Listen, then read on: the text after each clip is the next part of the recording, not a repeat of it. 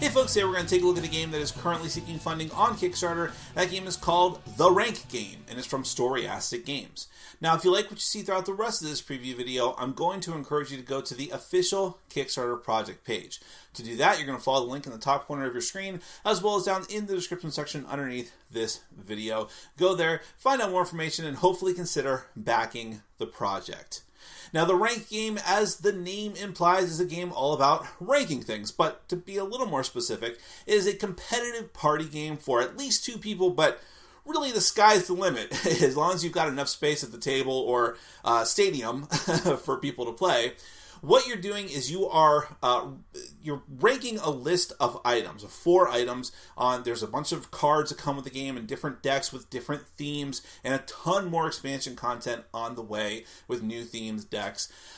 One person each round is going to be the ranker who's actually putting those items into a specific order from best to worst, or in some cases, least worst to most worst, or as the case may be, or maybe, most best to least best, depending on what the card is. These can be things like movies, specific movies or movie genres. It could be seasons. It could be work tasks, things like that.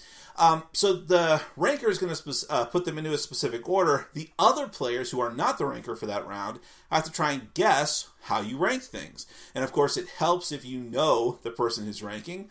But sometimes it's not quite as fun as trying to just randomly guess what this stranger might have put and then discussing it afterwards. Of course, it's a tiny bit more complicated than that, but not too much more. And there are different game modes and things like that, which I will touch on a little bit. So let's go ahead and give a brief look at how the game is played with a prototype copy of the game. So, of course, do bear in mind that what you see here may change in the final version of the game, but this should give you a good indication of what the game will be like.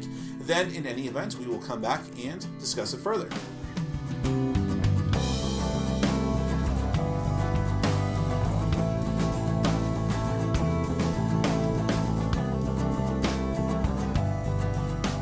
The Rank Game is a competitive party game for at least 2 players, but past that, theoretically, any number of players that you like. Based on the number of players in your group's playstyle, you might play it casually, every man for himself, teams of 2, or 2 large teams. As the name implies, the game is all about ranking a small list of items. Every round, someone will be the ranker, and if the other players can guess how the ranker will rank their list, they'll get some points. The person or team with the most points at the end of 10 rounds will be the winner of the game. For this preview, we'll talk about the standard game mode. Begin the setup by shuffling the 3 decks of category cards and leaving them within reach of all players. Every deck represents a different theme. The green deck has lists of everyday items and topics. The yellow deck has items from a general adult life, and the blue deck has leisure activities for everyone. And there will eventually be 12 additional expansion packs with a wider variety of themes like sports, faith, relationships, and more. But every single card is formatted in the same way. There's a title and 4 items relating to that title, marked A through D. We'll get back to all that in a moment. Give every player a score sheet to use. They'll mark their name for now, and during the game they'll keep track of their ranking for the round, if they're the ranker, or guesses, if you're not the ranker. Lastly, place the card holder in the center of the table, and then you can begin. Choose one player at random, through any means that you like, to become the ranker for the first round of the game. If the players decided to use a particular deck during the game, the ranker will draw the top card of that deck. Otherwise, they can take a card off the top of any deck of their choice, and they're always free to discard a card with a topic that they don't understand enough to rank. The ranker will read the title of the card and each of the 4 choices listed on the card in order, then place the card in the card holder so everyone else can read it if they need to. Then the ranker will secretly write down the order of the items that they prefer from best to worst in the 1 to 4 spaces on the column for the first round. Every other player will simultaneously and secretly write down their guesses for how the ranker ranked the items. When everyone is done writing, the ranker will reveal their list. Every other player will get 1 point for every rank space that matches the ranker's corresponding space, and mark down those points as they go. The ranker will get 2 points automatically, which is a way to keep players from falling too far behind in points on rounds where they're not one of the guessers. Discard the card that was played and proceed to the next round.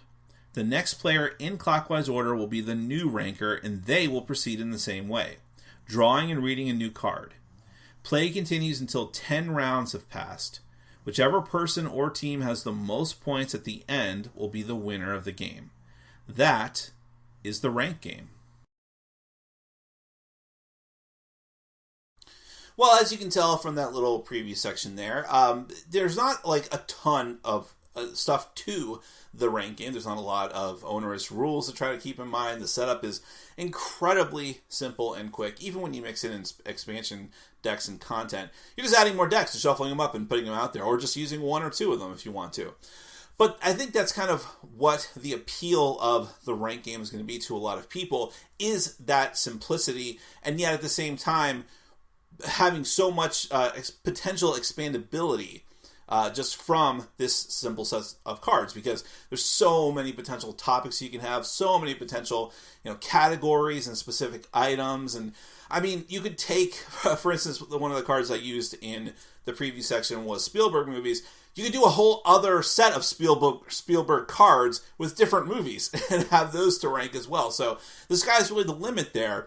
And I think that is one of the most interesting things about the game, but also the fact that, there's a lot of games where it's just like, okay, pick the funniest card, and you don't really learn anything about the people that you're playing with that way. You could learn some really fun facts about other people, and this is not a game to be taken too seriously, of course. You're supposed to be having fun. You shouldn't be too competitive, too, although you can be if you want to. But really, finding out these little foibles about people and their movie ratings, how they match against yours, and what your differences are, that's part of the fun of gaming in the first place, is meeting new people and finding out what your differences and similarities are. And this is like a distilled version of that, but also, again, with so many interesting little categories and things that are in the game, that you can learn way more than you could potentially learn just from idle chit-chat with someone. So that's a very fascinating part of the game, and really sets it apart from its other brethren, for lack of a better term, in the card party game genre, the wide scoping genre. The fact as well that it is very family-friendly, but at the same time, it isn't like a children's game. There are cards specifically that can apply to adults, not like adult, but as in like adult things like beverages and like favorite types of coffee, things like that, or just work tasks. So things that can apply more to adults, but it's not like kids can't read the cards and understand them. So there's an accessibility there too. And again, I have to stress, quick to set up, quick to learn.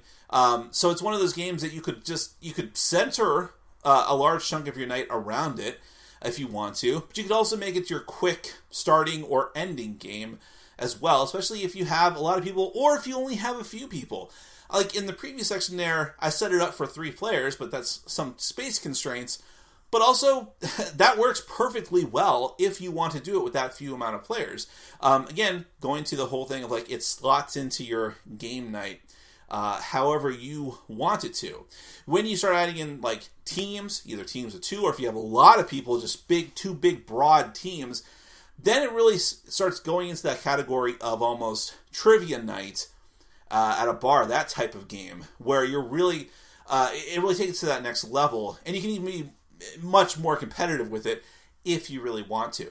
So I think this game will appeal to a lot of people who like kind of card party games, maybe are burnt out on all the other ones that are just really cookie cutter clones of each other at that point. This at least brings something new to the table that those don't have, on top of the interesting thing of ranking things, which, by the way, is like an intrinsic part, I think, of our modern culture. People love to rank things, whether it's like, a top 10 or whatever. This gets right to the point, top 4, get it out there. Everyone can think of that very quickly. So it's quick, it's fast, it's easy, and it touches on so many different topics that someone's going to find something to have an interest in. And all ages, all different walks of life could potentially enjoy this game. But, of course, you don't have to take my word for this. You can go to the official Kickstarter project page and find out more information, find out what expansions they'll have coming down the road, what future content, so on and so forth. To do that, follow the link in the top corner of your screen or down in the description section underneath this video. That is the ranked game from Storyastic. Thank you so much for watching, and as always, for supporting our sponsors. Take care.